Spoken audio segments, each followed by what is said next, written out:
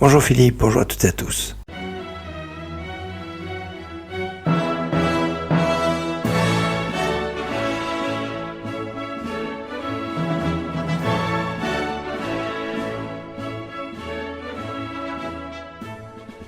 Yuval, votre émission de musique liturgique, Ashkenaz Séfarade, et puis aujourd'hui une émission évidemment orientée sur Rosh Hashanah, une émission très chargée puisque le jour de Rosh Hashanah est une journée très riche en liturgie. Dans certaines communautés, on reste la moitié de la journée à la synagogue à prier et à chanter, notamment à évoquer des prières fabuleuses et puis aussi des poèmes liturgiques qui sont particuliers. Et pour commencer, j'aimerais vous faire écouter Yederashim Nehelashim. C'est un poème liturgique qu'on appelle un Ofan. Un Ofan, c'est un genre de poème liturgique qui était avant introduit dans la prière de Shacharit. Quand on veut à Ofanim, Veruyat Kodesh dans les brachot, dans une bénédiction du schéma, ce qu'on appelle un Ofan. Aujourd'hui, sous l'impulsion notamment des kabbalistes, on fait plus ces poèmes liturgiques dans le corpem de la prière, mais on les fait après l'office, après Shacharit, avant la lecture de la Torah. Et le fameux Yederashim est un poème liturgique qui a comme signature Rabbi Yehuda Halevi en acrostiche et qui a en chaque fin de couplet, qui a 5 couplets, évoque Israël. C'est le mot Israël qui est... Et l'air que vous allez entendre, c'est un peu un air, je dirais, classique de Rosh Hashanah. C'est sur cet air qu'on introduit souvent les Selichot. C'est un air classique et c'est le Rav Eli Elbaz que je vous propose d'écouter, Yederashim.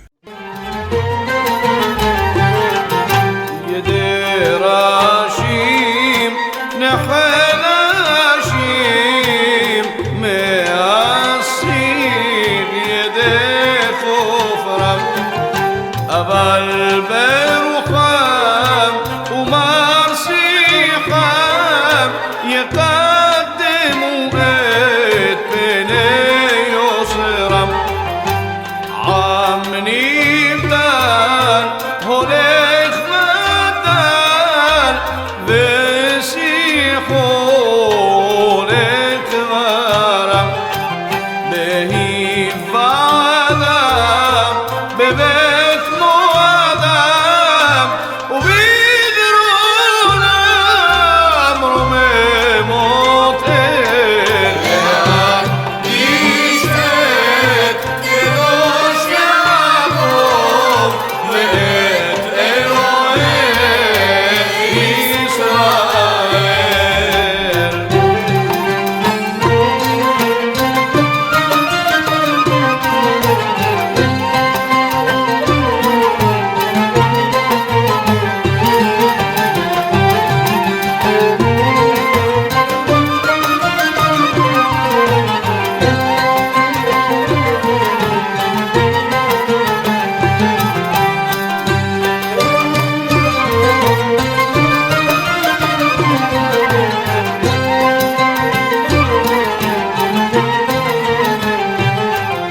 Hallo im Saf, Devir Vasaf, Benefod Utrafim, Ufa Rochet, Umarichet, Utmidim Umusafim, Ve'en Ketoret, Vechaporet, Lechaper al Nigavim, Kedushat El Be'Yisrael, Leidamot Nisrafim, Ume'ol Yam, Bebet Shiyam, Lehodot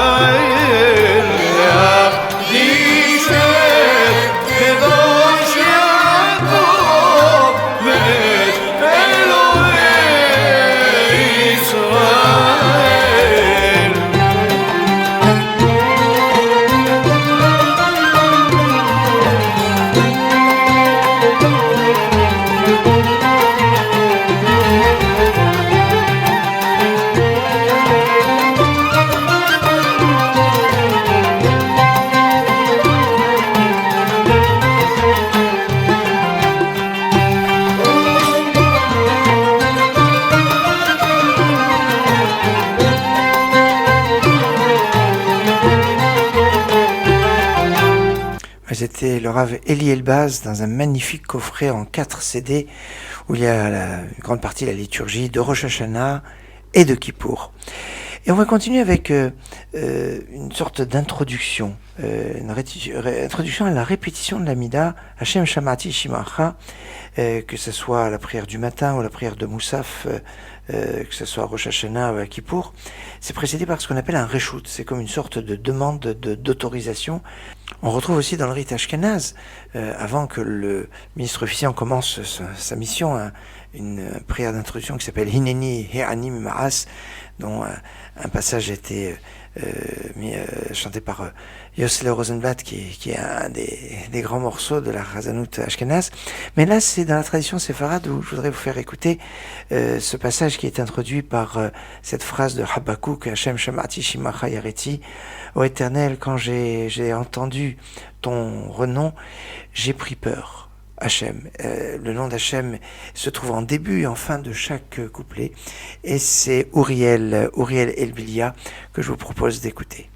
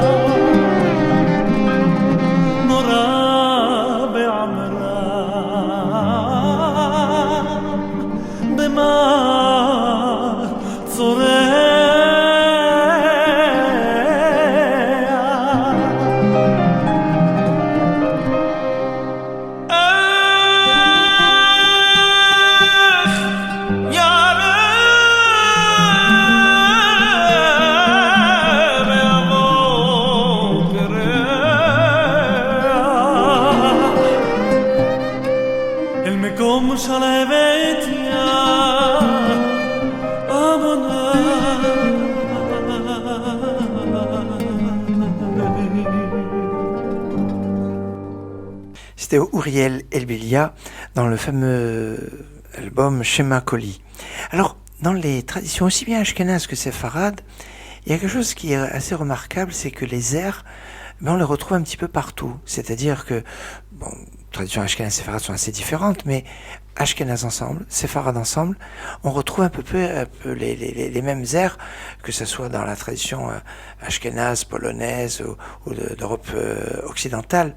Il y a des choses qui sont communes, comme les airs de Kaddish, les airs de la Kedusha, et qu'on retrouve aussi chez les séfarades, quelle que soit l'Afrique du Nord ou l'Irak, le Liban, la Libye, les airs, que ce soit dans les slichot ou les airs en tout cas des yamim noraim, des airs classiques des jours de fête, on retrouve bien les mêmes accents, avec des petites nuances bien évidemment, mais c'est en général les mêmes airs qu'on retrouve. L'un des airs, je dirais, phares que l'on retrouve, c'est aussi bien tradition ashkénaze entre elles, tradition séfarade entre elles, c'est l'air de la Kedusha, de la sanctification du nom de Dieu. C'est la Kedusha de Shacharit que vous allez écouter par toujours Uriel Elbilia, Shema Koli, un album consacré aux fêtes de Yamin Noraim, magnifique.